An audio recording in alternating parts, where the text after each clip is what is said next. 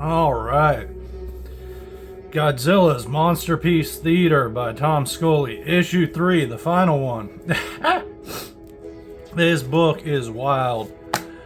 We got an advertisement going on the back there, so that's exciting. Looking forward to picking up that series later on. But boom, we're digging into this fella. This cover is so radical. Just Godzilla facing off against all these giant classic monsters.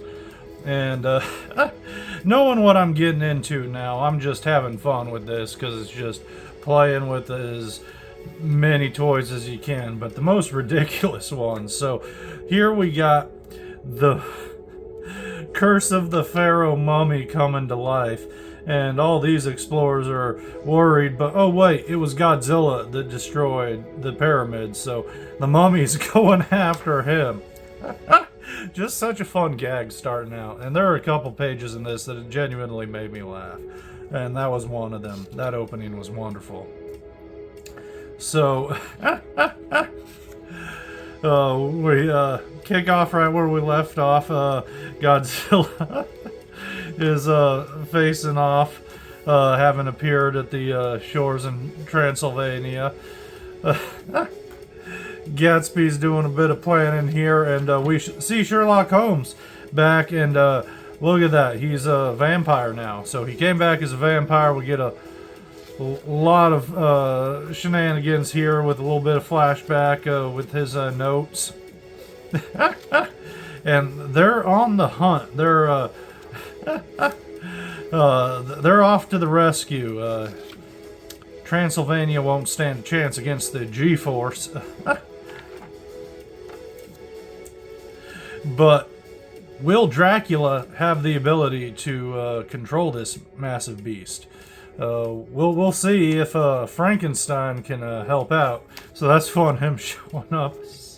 So ridiculous. I love this page right here where you see them all driving and you get that big jump with the atomic blast. So fun.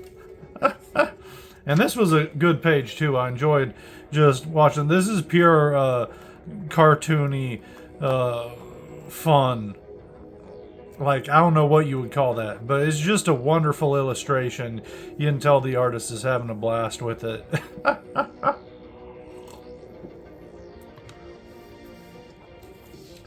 But this is a good page here with the confrontation between these two over her. And the time machine shows back up, so that's fun. A little bit of a Deus Ex Machina up in here with him giving them special wrist devices that shoot out stakes, and him talking about being lost in the time stream because of shenanigans Dracula did in the last issue. Frankenstein sends out his monster to go up against Dracula, but Dracula just uses mind control, and he ends up getting this mystical ring that can cause objects to shrink or grow, and he steals that from the time machinist when he hypnotizes him, and he uses that ring to create or cause all the monsters to be in giant size and fight Godzilla. So at one point we get a page, and that's where I bust up laughing, where all the monsters were fighting. But I love this with how the mummy's talking in hieroglyphics. So silly. Now we got Giant Wolfman. Our G-Force is fighting the vampires on the ground. I love this where the Frankenstein monster just gets swatted with the tail. But this bit right here is pretty cool, and I got a big chuckle out of this panel.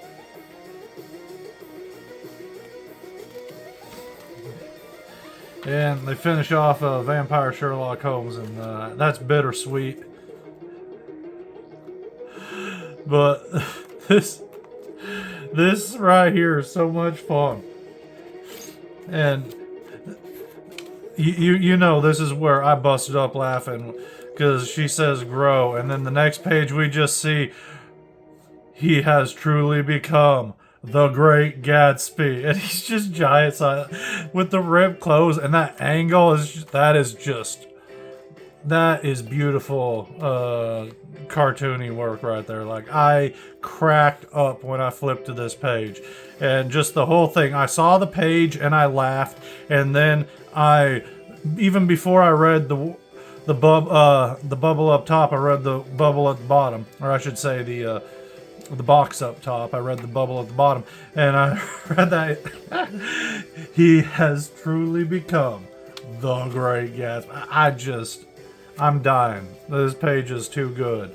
That's gonna be my thumbnail. I usually do a cover, but I'm gonna make that my thumbnail. That's good.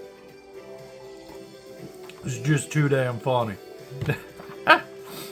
So we get this great fight, and Godzilla's just chucking Dracula into space where he sees the sun, and like, there he goes kaput. But then we get this awesome fight between Gatsby and Godzilla. It's just so ridiculous. Yeah, so there's some good fights in here. It's pretty silly. Very bittersweet ending, just how it should be here. But a lot of fun. A lot of fun. I really wasn't hip on this series when I read the first issue initially, just because I didn't know what I was getting into, and I was a little bit disappointed because I was looking for something different and more Godzilla focused. But knowing what this is, I'm just having a blast with it, and this was a lot of fun, and I'd love to see a sequel series or something of a similar vein. So kudos, Scioli. That was a lot of fun. This right here is my first time seeing this, but we're getting a Mothra series. Is it a full series or is it a mini series? I don't know. It just says Mothra's first series. But the artwork looks good. I don't know Sophie Campbell at all. That name sounds sort of familiar, but I don't know it. I know Matt Frank. I've seen his artwork before, and I can dig that. So yeah, I'm pumped for that. That's cool. Turtles, I don't care about that really at all. At least new Turtles. We get a thing in the back here with IDW talking about they're changing their logo or some such. Is this it? I sure hope not, but I think it is. That looks ugly. IDW. Yeah, it's too busy. That's bad.